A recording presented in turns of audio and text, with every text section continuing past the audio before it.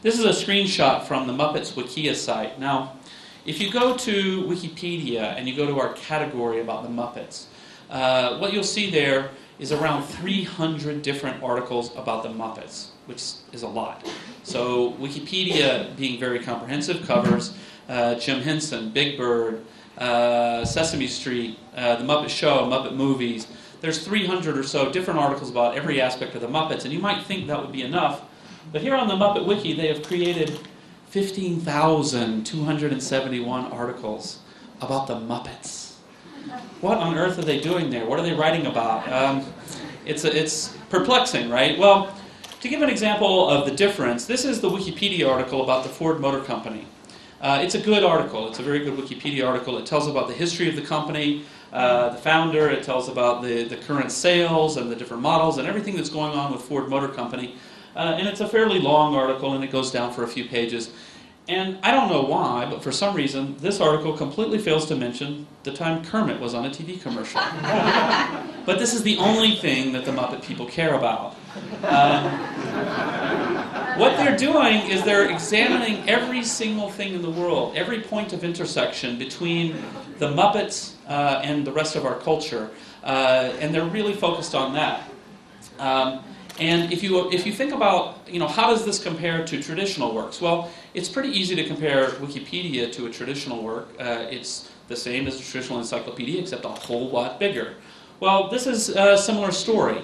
You can look in a bookstore in Amazon, and you can find books about the history of the Muppets and different kinds of books, some of them official, some of them unofficial. But in just 2 years' time, this community has created a reference work about the intersection of the Muppets and the rest of the culture that's far larger than anything that's ever existed. I dare say there is no commercial model for hiring authors and selling books that could support the creation of this piece of content right here.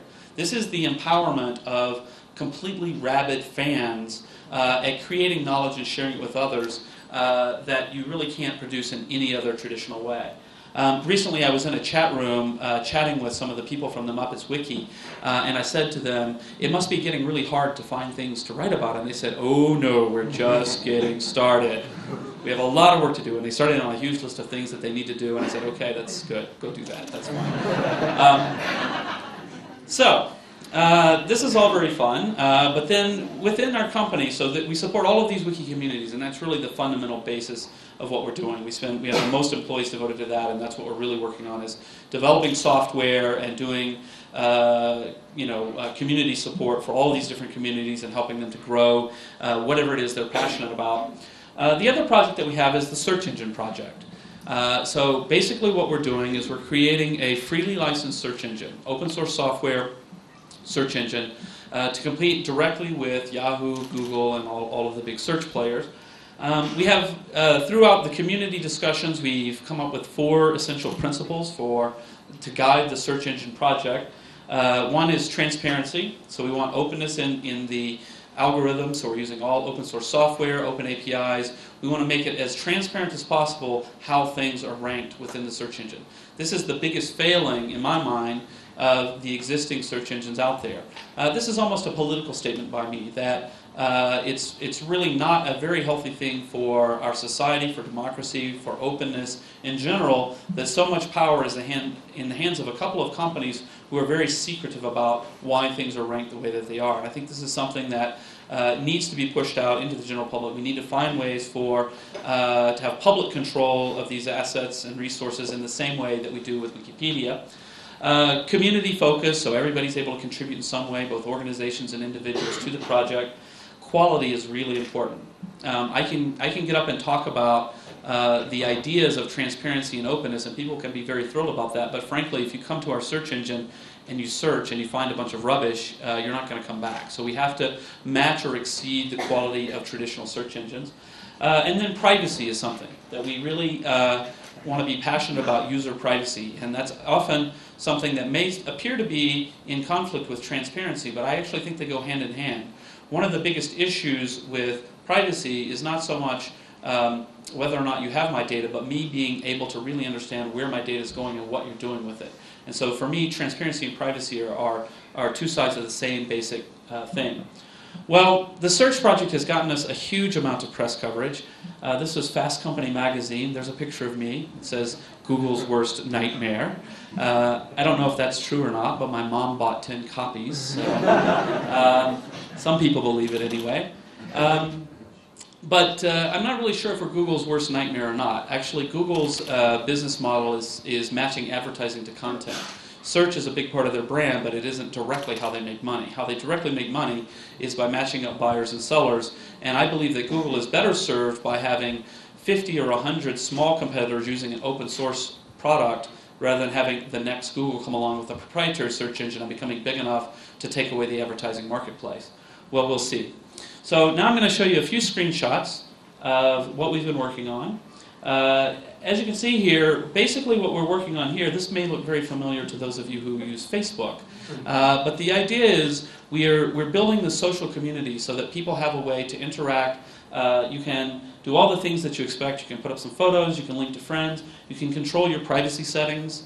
All of this is going to be released as open source software, so we're hoping to get a large group of developers to actually help us take this software and think about how to do it. So now I want to close with a bit of description of my philosophy of web design for social interaction.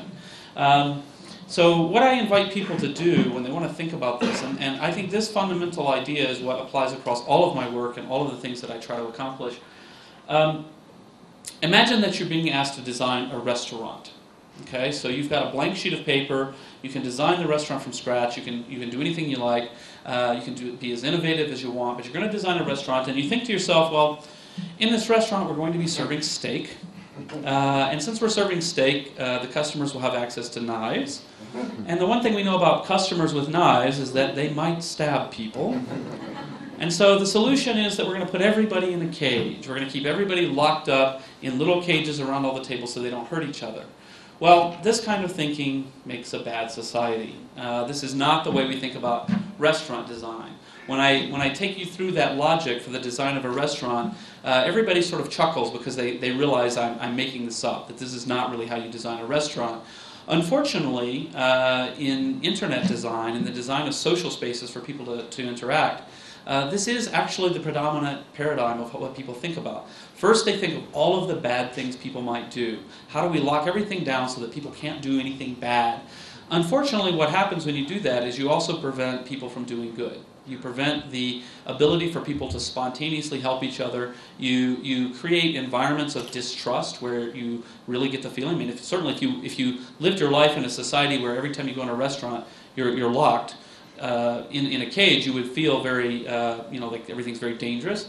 Actually, if you live the way I do, which is going through airports a lot, there's a real danger of feeling this way because they treat everyone like they're a criminal first and then let you on the plane later.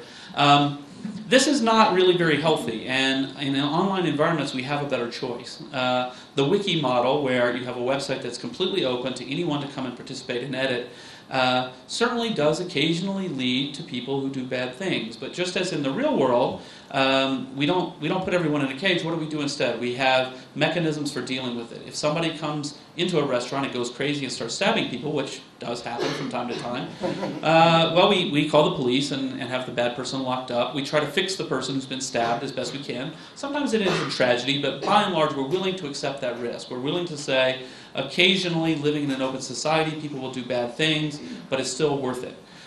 So the same idea in a wiki. People can come in and vandalize Wikipedia. They can come in and try to spam. That's okay. We can lock them up. We can ban them from editing. We can fix the website. And we're much better off in the long run by trusting each other. Thank you.